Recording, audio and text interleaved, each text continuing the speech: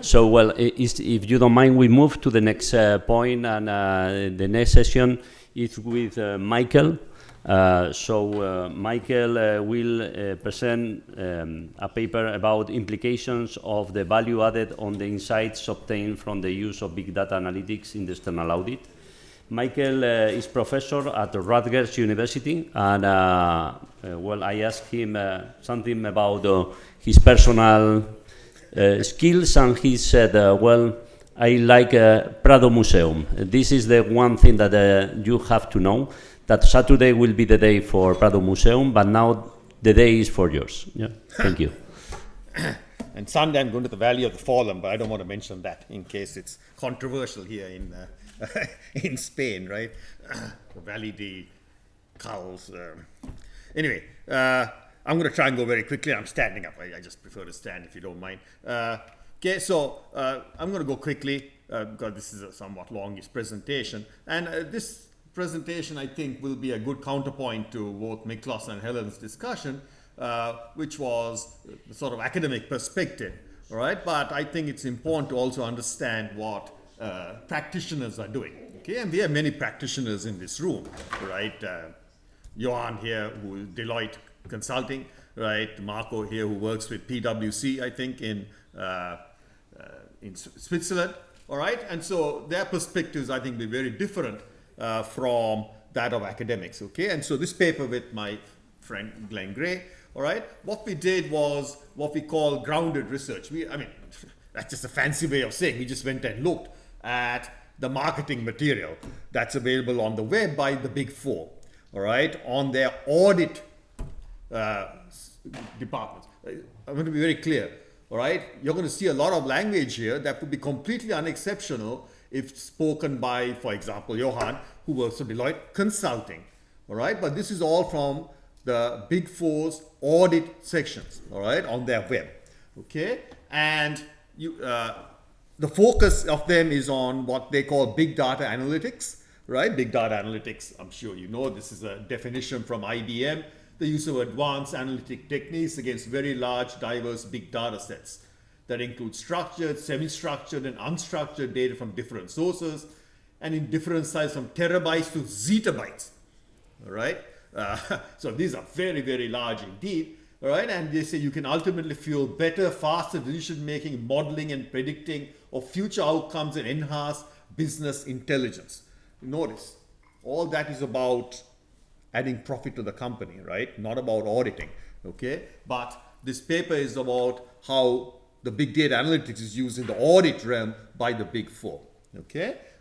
All right, and I think you will find that it gives you a very different perspective, especially from the academic literature, on what auditors are actually doing right now with these modern information-enabled analytic techniques, okay? All right, and throughout this, you will see that we highlight two words, right, that every single one of the Big Four use, and that's the word value and the word insight, okay? And you should think about what those words mean in an auditing context, okay? All right, and the reason this struck me was, I mean, I've been following this for about 5 or 6 years now, right? And it's been consistent, okay? And the reason it strikes me is because, as Miklos pointed out in his presentation, for many years, the Big Four were not interested in this technology, in continuous assurance, for example, all right? And in the paper, we actually did a search where we looked at mentions of big data analytics by the Big Four versus their mention of continuous assurance. And there's no comparison. Big data analytics, it's mentioned thousands and thousands of times by the Big Four, by their audit arms, all right? While there's, continuous auditing a few hundred times, right? I mean, which is not bad, I guess, but it just shows, right? And in fact, Deloitte themselves says audit has not historically been at the forefront innovation. However, that is changing rapidly, okay? And the reason is because as they say, their clients are pushing them to be as adept with new technologies as the clients themselves are, okay? All right, so here's our ground research. We start with Deloitte, all right? And it says analytics techniques can increase the efficiency and quality of the audit process while providing more insight into an organization, all right? And we can use sophisticated analysts to derive more value from the audit process. And again, this is just randomly starting with Deloitte, but you'll see that they all have the same, right? And they go on. I'm not going to go into all the things. These are all taken from websites of the audit arms of the Big Four, right? And from all around the world, from the US, from Europe, Russia, all kinds of places. I mean, one of the things we found is that, especially outside the US, the different officers of the companies, they just copy word for word, right? So, in other words, Russia, Croatia, England will say exactly the same thing, right? It's the same words that are being used, so it doesn't really matter which site you go to, all right? So again, this is Deloitte, here's E&Y, all right? We take an analytic-driven approach to audit that allows us to provide better quality, deeper insights, and more client-relevant audits, all right? And they have a platform called Helix, which is their technology suite, and it says here, value of insight derived from. Okay, here's KPMG, adding value to the audit and confidence in assurance, and the enhanced business insights our audit teams bring to help you see your business from a new perspective. You just think of that language. This is audit, consulting, right? That help you see your business from a new perspective. All right, KPMG have their own technology suite called Clara. All right, PwC, right? They also have their technology suite consisting of 4 smart technologies: Aura, Halo, Connect, and Extract, that underpin the safety, insight, and real-time capability of the audit, allows them to unlock new value and analysis related to critical audit areas. Okay, PwC, by the way, is one of the more diffident in doing this advertising. All right, and they give you some details about how they do it. So, for example, this Aura is a cloud-based platform. All right, okay, that allows you to extract the data. Halo allows you to harness the power of data, connect, and extract. I don't know why the extract is last, but they have their own tools to actually get the data from disparate computer systems. Okay, and so the commonalities, all of them publicize their multi-million-dollar investments in this technology. All right, all have similar suites of technologies to that work on the cloud, extract data, analyze it, and communicate it, and they all offer insights and value. All right, so for example, I just want to point out why this is important. Let's just focus on the extract and insight component. All right, it wasn't that long ago, about 10 years ago, that the American AICPA was so concerned that auditors could not extract data that they proposed something called the Audit Data Standard, which was a sort of XBRL or flat file based format, right, to extract data from data sets. All right, and that was considered a big push at the time, but it never took off. All right, one reason is because it proved unnecessary.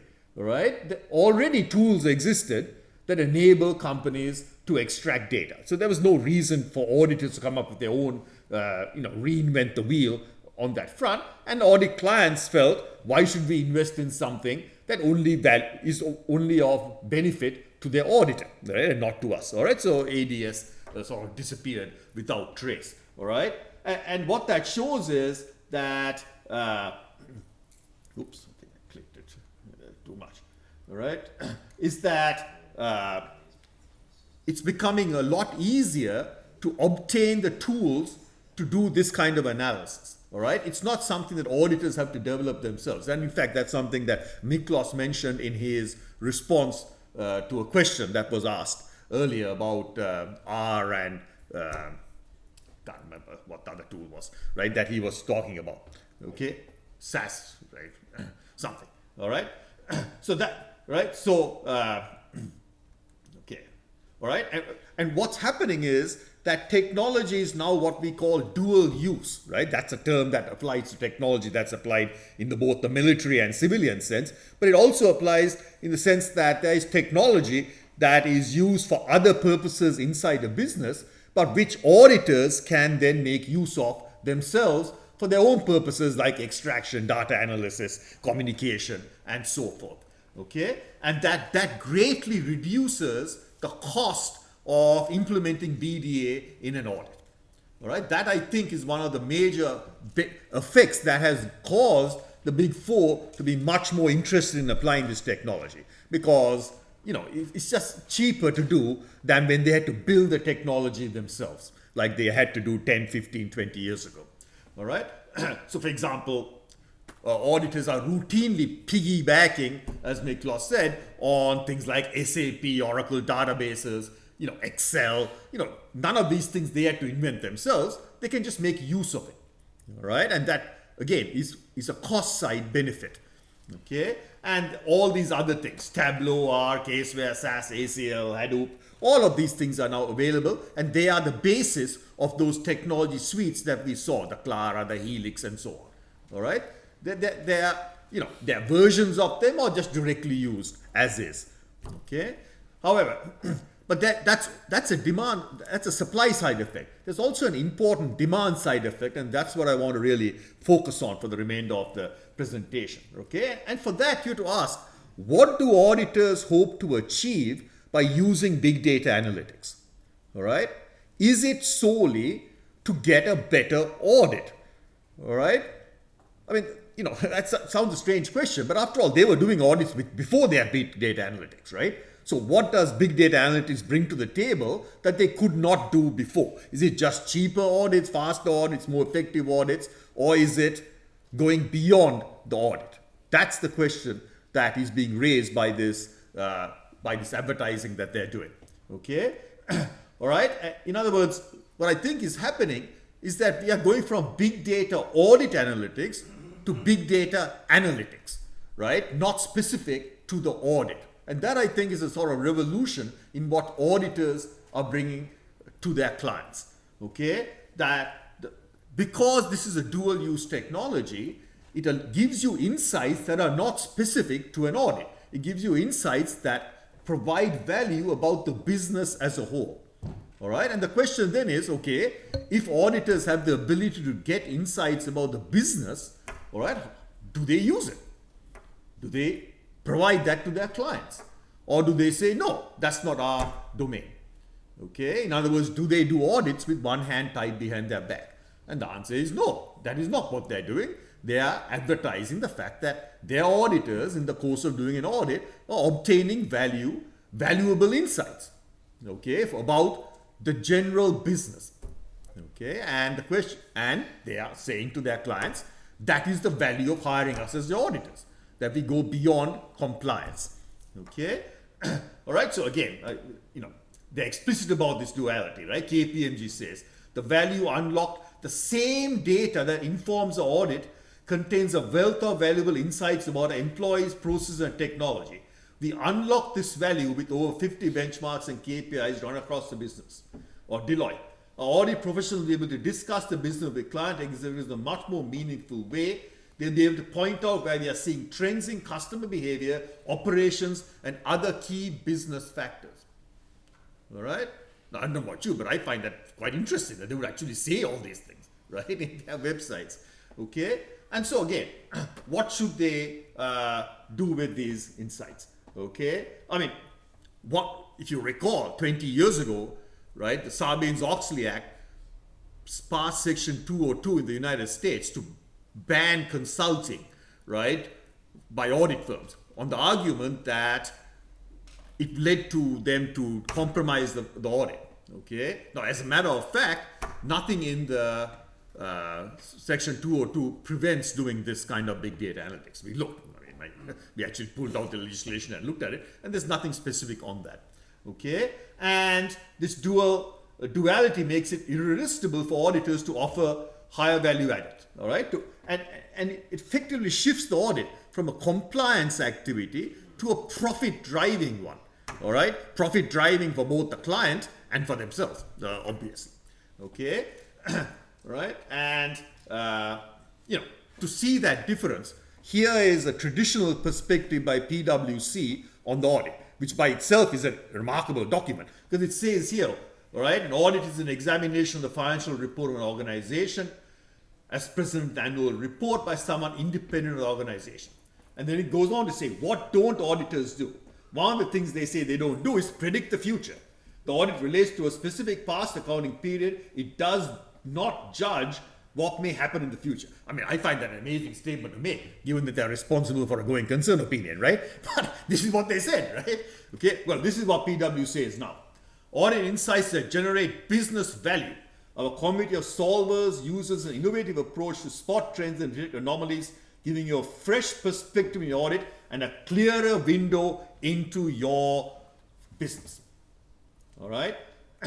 Okay, Deloitte. An audit is more than an obligation, it's a powerful lens for illuminating the current state of an enterprise, providing insight that can inform future aspirations. Just compare the contrast, the language compared to what PwC said just a few years ago. All right, E&Y, right? Same thing. But I want to focus on KPMG Canada, which is actually where this research started because it was sort of presented in Canada. All right, and they have trademarked something called the lean-in audit. All right, lean-in was a popular term 5-6 years ago by, I think, Sheryl Sandberg, I think the lady from Facebook. All right, so anyway, so everybody was talking about lean-in those days, and so they have trademarked, I mean, literally trademarked lean-in audit. Okay, right? So this is the major marketing initiative by KPMG, and it says not only does this enhance audit quality, but organize themselves can apply key insights into business decisions, helping to improve product quality, lower costs, increase profitability, strengthen customer service and satisfaction, and driving overall performance. This is an audit they're talking about, right? Not consulting. An audit that can do all these things. Okay? All right? And so, does this compromise auditor independence? I mean, that's the first thing that came to our mind, right? I mean, one of the most fundamental aspects of an audit is you don't audit your own work. Well, here, if you're providing insights that add value to the business, well, then obviously the whole aim is to change the business, right? So then what happens the following year when you audit it, right? Well, funnily enough, all right, KPMG, in their marketing for the lean-in audit, one of their partners actually addresses this topic, which is amazing. I mean, good for them, right? They actually address this topic, all right? They say, for some, this more proactive analytic approach has raised questions of independence, all right? But the fact is the value being added is no more than an outgrowth of the auditor's traditional role, which is still to opine on financial statements and provide assurance that assets and liabilities are properly stated. Because the techniques being used to accomplish that goal are now so much more sophisticated and yield a far deeper understanding of the organization's data than was previously possible, right?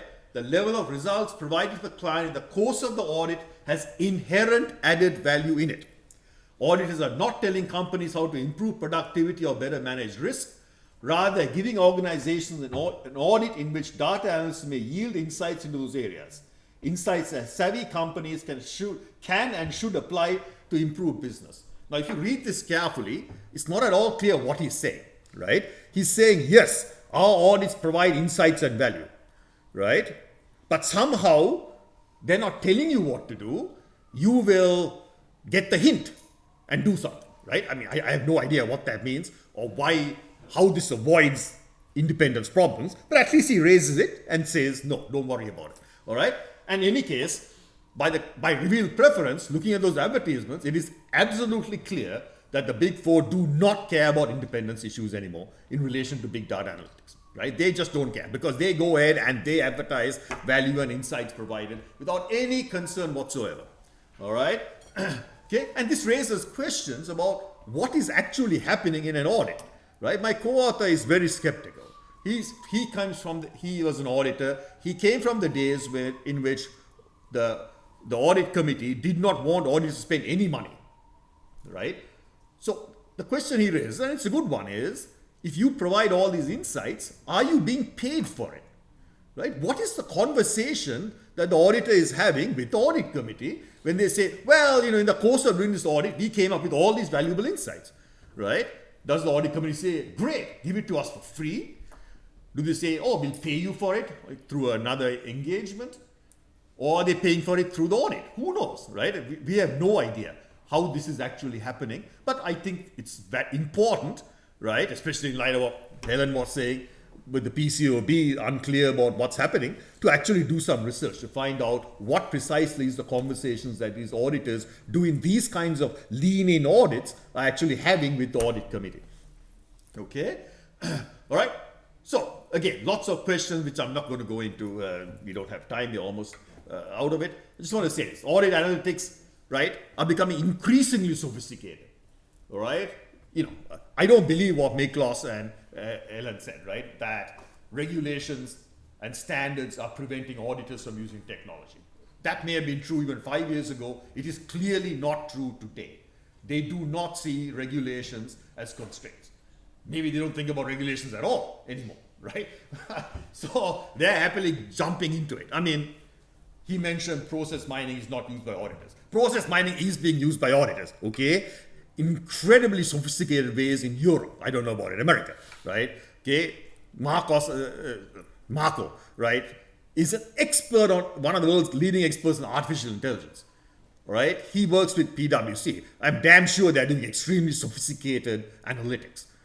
Okay, the question is, how are their services being marketed? That I don't know, and I think it's important to find out.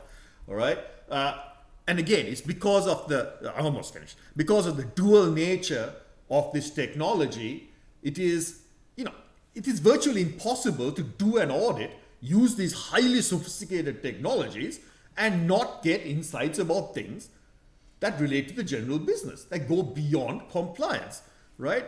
So either the audit has to change or something has to give, right? Because how do you tell somebody, well, you found valuable information that will help the client improve profitability, but you can't mention it to the audit client, to the audit committee, right? I mean, it's obviously not happening. On the contrary, the big four are going the other direction. They're saying, yes, that's why we should hire us as auditors, because we will provide you with value and insights. Okay, all right. So again, I'm just going to stop here. All right.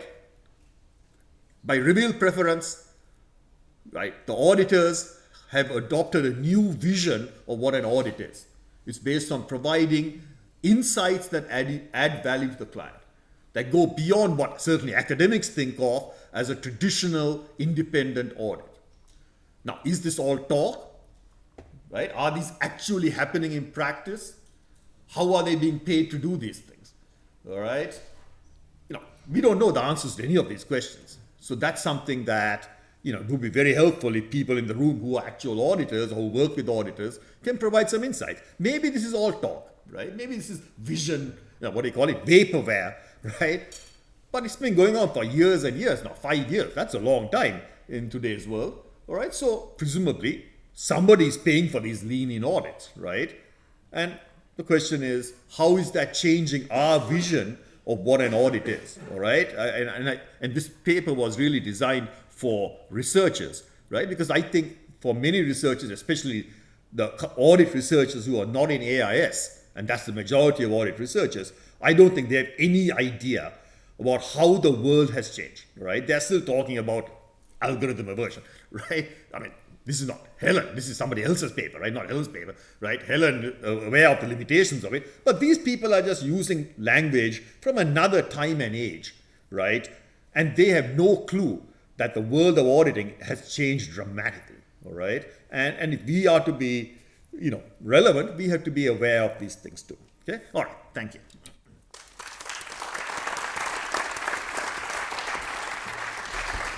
Thank you very much, Michael. Now the floor is open for questions. We have 5 minutes.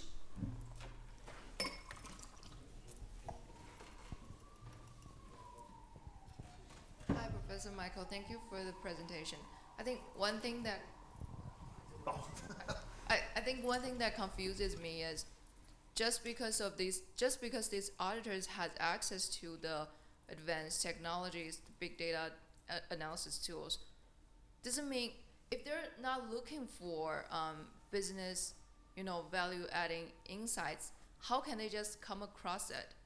It's like if you're just trying to do audit, if you're just trying to see if everything is in compliance, if you are not looking for business value adding insights, you can just come across them, right? Well, that's a good question, right? What Maria is asking is, do they find insights by accident, or do they look for it, right? Judging from the advertisements, it's not by accident.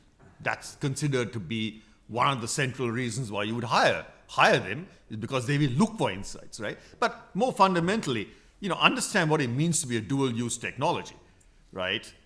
If you use dual use, you cannot help but find insights. I mean, that's the nature of the technology, all right? That the tools provide insights, okay? So for example, just a few days ago, there was an article in the New York Times about companies that now de-anonymize Bitcoin transactions, all right? And they help you find out who's actually using Bitcoin. And their biggest clients are the US government, all right? They allow you to track terrorists and people like that, right? And they were talking about, they found a major financial fraud at a Bitcoin exchange. And the tool they used was clustering analysis, right? Which is something that Miklos was one of the first to use in audit research, right? So, I thought, wow, here we go. Cluster analysis, a fairly basic tool they used, and they found the people who were playing the Bitcoin, right? They clustered them and they found out who they were, right? So that's what I mean by dual use. I mean, these things are so powerful, right? That while you're doing cluster analysis to find audit anomalies, you might find money laundering, right? So then what? You say, oh, well, forget it, right? I think in the past, an auditor would say, yes, let's forget it. We are like priests, we cannot reveal this, break the seal of the confessional, right? Or maybe not, right? Maybe not. Maybe they always felt that they could provide such insights. But the point is that the modern technology like BDA gives you those insights in far greater numbers than they were in the past when they were more inadvertent. Right. So a comment on a couple of things, right? Yes, the marketing, it's interesting that KPMG discussed independence because that's the first thing that comes to mind. But the other thing is that I want to point out is they're not only marketing this to their publicly held clients, and that's what you have to remember, is that auditors are not only auditing publicly held companies, they have companies that they audit that they're not restricted. They have a lot more freedom because they're not going to be dinged by the PCAOB or the SEC. And so that's why your point is well taken, that we need to understand what are these, because I guarantee you, maybe I shouldn't, but that conversation with a client that's an issuer versus the client who's privately held is very different, right? It's very different. The other thing is with you, the standards absolutely do not say there's nothing that's written down that says you can't use data analytics. The issue that the firms have or practitioners have is what are the outcome of those analytics. The standard on statistical sampling is very clear about what happens when you find exceptions using statistical sampling. And then it tells you what you have to do. That's the issue. The standard doesn't address the outcomes of testing, the evidence that you derive from using analytics, because you have a totally different outcome than when you're using statistical sampling. Thank you, Ellen. Michael, something to end? Some final comments before we move to another? Can I add one more point just for a second for the last point that Helen made? The thing is that in this, with the standards at this point, although they don't really say yes or no to analytics, they don't prevent you from doing that. But the way I actually see it is, if you run the analytics and you don't find anything, you're fine. If you don't run the analytics, you're fine. If you run the analysis and you find something, you don't get a reward. But if you find something and you don't act on it, you get a penalty. So at this point, who in their right mind would actually do something where there's no reward, but there's a potential risk of being penalized? In the US. Well, in the US. Be aware, this is worldwide advertising. Right? Thank you. Thank you for all these comments. And although perhaps there will be more questions, wait for the coffee break and have direct contact with the interviewers.